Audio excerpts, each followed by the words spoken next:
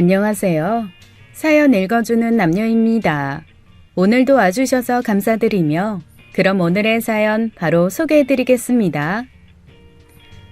안녕하세요. 저는 결혼 12년 차 서울에 사는 덜렁이 날라리입니다. 왜 날라리냐고요? 저 결혼 후에 생긴 별명인데요. 집안 어른 한 분이 만날 저를 날라리라고 부르셨어요. 덜렁이는 말 그대로 덜렁댄다는 이유에서요. 어려서부터 궁금한 거 못 참고 사람 좋아하는 철부지였거든요.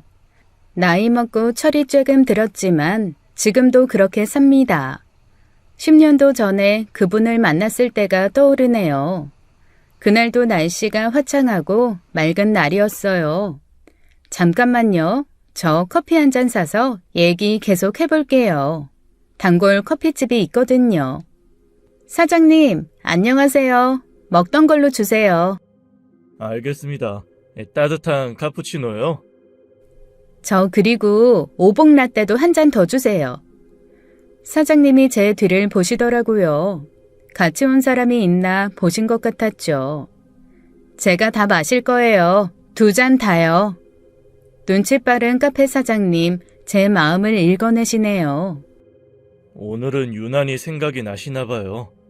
저도 종종 어르신 보고 싶네요. 눈치도 빠르셔라. 네, 맞아요. 이런 날씨 참 좋아하셨는데. 참, 오봉 라떼 잘 나가죠? 우유에 곡물가루 섞은 거 우리 아버님이 이름 지어주셨잖아요. 5가지 복, 오복이라고요. 네, 어르신 덕분에 오복 라떼 인기 최고입니다. 덜렁이 날라리 별명을 지어주신 분 바로 제 시아버지입니다. 제가 결혼한 게 13년 전쯤인데요. 그때 좋은 남편을 만나서 인생의 새 출발을 하게 됐죠. 저와 남편은 완전히 반대 성향이었어요. 딱 봐도 얼굴에 잘생김이라고 써있는 아주 호남이었죠. 저랑 다르게 점잖기도 했고요. 이건 비밀인데요. 저는 어렸을 때 엿장수가 꿈이었습니다. 쫀득한 호박엿이 맛있기도 했지만 엿장수들 화려하게 분장한 모습에 홀딱 반했거든요. 나중에 크면 꼭 엿장수가 돼서 가위도 멋지게 놀리고 호박엿도 실컷 먹어야겠다 결심했죠. 지금에야 웃으면서 말하지만 부모님은 걱정이 많으셨대요. 대학 가서도 사방팔방 쏘다니면서 놀다가 남편을 만나게 됐죠. 남편은 컴퓨터 전공하는 공학도였고 저는 예술 쪽 전공이었어요. 관심사도 정반대, 성격도 극과 극이었지만 그 점 때문에 서로가 끌렸다고 할까요? 점잖고 잘생긴 남편이 너무 좋아서 적극적으로 대쉬했고 결혼 얘기까지 나오게 됐죠. 그런데 이상한 점이 있었어요. 결혼 얘기 오가고 예비 시어머니 시누이랑 식사까지 했는데 예비 신랑이 아버님 얘기는 절대 안 꺼내는 거였습니다. 이유를 물어도 말을 안 하는 거 있죠. 아버지는 맨 나중에 가급적 늦게 만나는 게 좋아. 다 이유가 있어. 제발 보태지 좀 말고 기다려. 나 좀 봐주라, 응? 자기야, 솔직히 말해봐. 나한테 감추는 거 있지? 뭔데 그래. 말 안 해주면 나 왕 삐져버린다. 그래도 꿈쩍 않는 남자친구가 이상하더라고요. 전 또 오만 상상을 다 했죠. 출생에 비밀이 있는 건가, 혹시 아버님이 안 계신가 싶다가도 솔직히 말하면 될 일을 꼭꼭 숨기는 게 영 이해가 안 갔어요. 그땐 남편이 거지왕이라고 해도 꼭 시집가고 싶었거든요. 어느 날 상견례를 앞두고 남편이 심각한 얼굴로 말을 꺼냈습니다. 주말에 자기 집에 저녁을 먹으러 가자는 거였죠. 그러면서 꼭 단정하게 입고 오래요. 짧은 치마 절대 안 되고 커다란 귀걸이도 달지 말고 선생님처럼 조신하게 하고 오라는 거였습니다. 대망의 그날 정장을 얌전히 입고 남자친구 집에 갔어요. 문을 열자마자 한복을 곱게 차려입은 어머님이 반기셨죠. 어머님, 한복 너무 고우세요. 어서 와라. 오늘 알 썼다. 얼른 인사드리자. 영문도 모르고 안방으로 끌려갔는데 순간 조선시대로 날아간 줄 알았습니다. 병풍 앞에 두루마기를 입고 계신 아버님이 대쪽 같은 자세로 앉아 계신 거였죠. 앞에는 문방 사우라고 하죠. 한지, 붓, 먹, 벼루가 놓여 있고요. 남자친구가 같이 절을 하자고 해서 엉겁결에 절까지 하고 앉았는데요. 서리빨 같은 아버님 눈빛이 얼마나 무섭던지요. 강심장인 저도 그날은 엄청 떨렸습니다. 아버님은 딱 첫마디에 이름이 어찌 되냐 물으시더라고요. 제 성씨가 좀 많이 특이하거든요. 붓으로 제 이름 석자를 쓰시더니 이렇게 물으셨어요. 자네 본관이 어디인가? 네? 본관이요? 아, 그게... 막 진땀이 나더라고요. 도무지 기억이 나야 말이죠.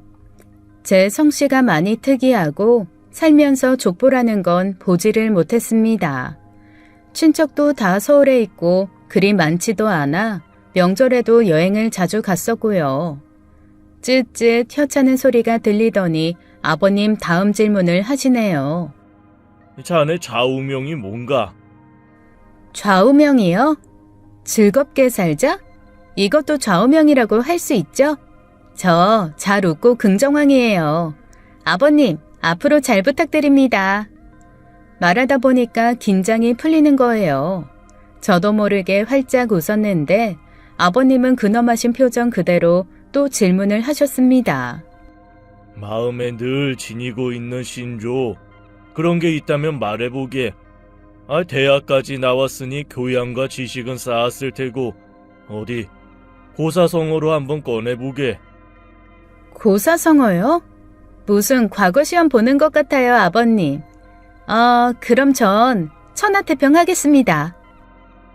진지하게 대답해야지. 장난하지 말고. 슬쩍 보니까 남친 이마에 땀이 송글송글 맺혔더라고요.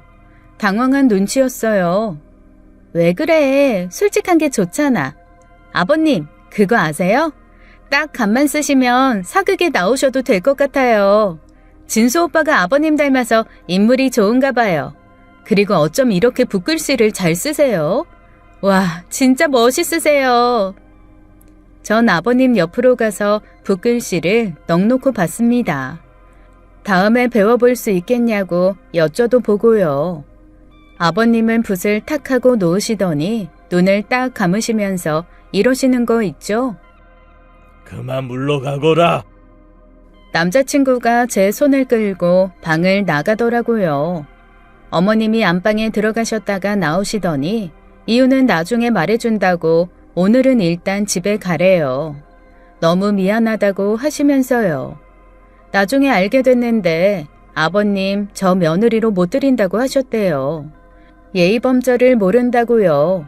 성씨가 특이한 건 이해하겠는데 본관 모르는 건 도저히 봐줄 수 없다고 하셨다는 거였죠. 알고 보니 예비 시아버지 조선시대에 사는 분이셨습니다. 그때가 2013년이었는데 휴대전화도 안 쓰시고 TV도 하루에 30분도 안 보시는 양반이었어요. 세상 변화 같은 건 안중에도 없으시고 역사와 전통 속에 살며 선비처럼 사시는 분이었죠. 반면 아버님을 제외한 어머님 시누이 남편은 평범하게 남들처럼 유행 따라가며 살고 있었고요. 아버님의 철학 고집엔 이유가 있었습니다. 물려받으신 땅과 재산 덕분에 여유가 있으셨기에 치열하게 사실 이유가 없었고 좋아하시는 걸 포기할 이유도 없었던 거죠. 조선시대 선비 스타일 아버님 말고는 시댁 식구 모두 남편처럼 성격도 유하고 저랑 잘 맞았습니다. 어머님이 절 팍팍 밀어주셔서 결혼은 무사히 할 수 있었어요. 우리 어머님 보통 분 아니시더라고요. 아무래도 아버님은 세상 물정에 어두우시니 어머님이 이런 일은 진두지휘하시는 것 같았습니다. 게다가 춤 노래 좋아하시고 여행도 무척이나 좋아하셨죠. 전 신혼여행 다녀오자마자 또 여행 계획을 짰습니다. 온돌방에 있는 기차 말고 바닷가 다녀오는 코스로요. 아버님은 남편한테 맡기고 집안 여자들끼리만 1박 2일 신나게 다녀왔죠. 바다가 보이는 횟집에서 우리 3사람 소주잔 부딪히며 맛있는 음식 실컷 먹고 노래방에서 탬버린 흔들면서 신나게 놀았습니다. 돌아오는 길 신우이가 찡찡거리더라고요. 새언니, 집에 가기 싫다. 또 가면 아버지 잔소리 들어야 한다고. 엄마, 우리 이대로 오빠네 집 가면 안 돼? 새언니랑 하루만 더 놀자. 신우이는 모처럼의 자유가 너무 꿀맛 같다면서 어머니를 졸랐어요. 안 돼. 네 아버지 살살 달래가며 놀아야지. 안 그러면 사달란다. 새아가 고맙다. 덕분에 신나게 놀았어. 우리 다음에 트롯 가수 콘서트나 한번 같이 가자. 새아가 그 가수 노래 끝내주게 잘 부르던데 좋아하는 거 맞지? 어머, 어머님. 안 그래도 표 알아보고 있었는데 같이 가요. 아가씨도 가실래요? 아싸, 신난다. 신우이 시어머님이랑 너무 잘 통했어요. 남편은 그런 절 보고 신기하다고 하더니 질투까지 하더라고요. 아버님이랑 주말 보내기 너무 힘들었다면서 다음에는 꼭 자기도 여행 껴달라는 거였습니다. 그러면서 은근히 제 승부욕을 부추기더라고요. 아무리 제가 사람 잘 사귀어도 시아버지만큼은 안 될 거라는 거 있죠? 하지만 전 남편 생각이랑은 달랐어요. 시간은 좀 걸리겠지만 아버님과도 친해지고 싶었죠. 사실 전 조선시대 사시는 시아버지가 싫지 않았습니다. 얼마나 개성있고 좋아요. 하지만 쉽지만은 않았습니다. 아버님과 저 사이에는 100년은 좋게 넘는 시간이 떡 버티고 있었어요. 전 뼛속까지 현대인의 도시 여자인데 한쪽의 노력만으로 가까워지는 건 불가능했죠. 더군다나 전 첫인상까지 망해서 아버님은 제가 가면 따뜻한 눈빛은 고사하고 말 한마디도 안 하셨어요. 명인이 만든 소주, 장인이 만든 궁중음식 같은 걸 가져가도 헛수고였죠. 전 틈날 때마다 남편한테 이것저것 물어봤습니다. 자기야, 아무리 사소한 거라도 좋으니까 다 알려줘. 아버님이 좋아하시는 음식부터 취미까지 다. 소용없어. 아이, 괜히 애쓸 거 없다니까. 아이, 그래도 하나밖에 없는 며느리인데 아버님이랑 이렇게 지낼 순 없어. 나 뭐 하면 아버님이 좀 이뻐하실까? 너 한자 좀 아냐? 아이, 천하템평 그런 거 말고 아버지랑 친해지려면 사서삼경 눈 감고 외우면 돼. 그러면 프리패스다. 앞이 캄캄했어요. 대학 졸업과 동시에 공부랑은 담쌓았는데 또 공부를 하라니요. 이건 안 되겠다 포기하고 결국 어머님을 통해 아버님이 판소리를 좋아하신다는 것을 알게 됐습니다. 딱 이거다 싶었어요. 틈만 나면 세타령, 진도아리랑 연습을 했죠. 특히 세타령이 진짜 재미있으면서도 새소리 표현하는 부분이 어려웠습니다. 시도 때도 없이 연습하다 보니 입에 붙어버려서 웃지 못할 일도 있었어요. 쑥국, 쑥국. 새아가 봄도 아닌데 쑥국을 끓이냐? 냉동한 쑥이라도 사온 거야? 어머님, 언제 오셨어요? 저 세타령 연습하고 있었어요. 아버님 앞에서 불러보려고요. 아이고 참, 노력이 가상하다. 전 이참에 궁금한 걸 더 여쭤봤죠. 아버님 젊으셨을 때 어땠냐고요? 어떻게 맞추며 사셨냐고 했더니 어머님은 대뜸 화부터 내셨습니다. 내가 성격이 좋으니까 살지. 양반 타령하는 네 시아버지 말 따랐다가는 겨울에 얼어 죽고 여름에 우라통 터져 제명에 못 살 거다. 우산 없을 때 비가 옥수로 쏟아져도 뛰지도 않는 양반이라니까. 아무리 급해도 뛰는 건 체면이 안 선다나. 그뿐인 줄 아니? 삼복더위에도 부채 하나로 버티는 양반이야. 징그럽다 아주. 게다가 어머님은 제 남편과 시누이도 혼자 택시 타고 병원에 가서 낳으셨대요. 남자는 산부인과 같은데 드나드는 거 아니라는 게 이유였죠. 어머님은 그게 한이 되셨는지 남편한테 새아가 임신하면 꼭 병원에 같이 가고 아기 낳을 때도 함께 있으라고 신신당부를 하셨습니다. 겪을수록 시아버지 보통 특이하신 게 아니었어요. 물을 드시고도 이쑤시개를 찾으셨고 얼어 죽어도 겹불은 쬐지 않는다는 지조를 지키신다는 걸 알게 됐죠. 친구분한테 소식 전할 때도 꼭 붓으로 한지에 편지를 쓰셨고요. 시댁엔 잎이 커다란 화분도 여럿 있었습니다.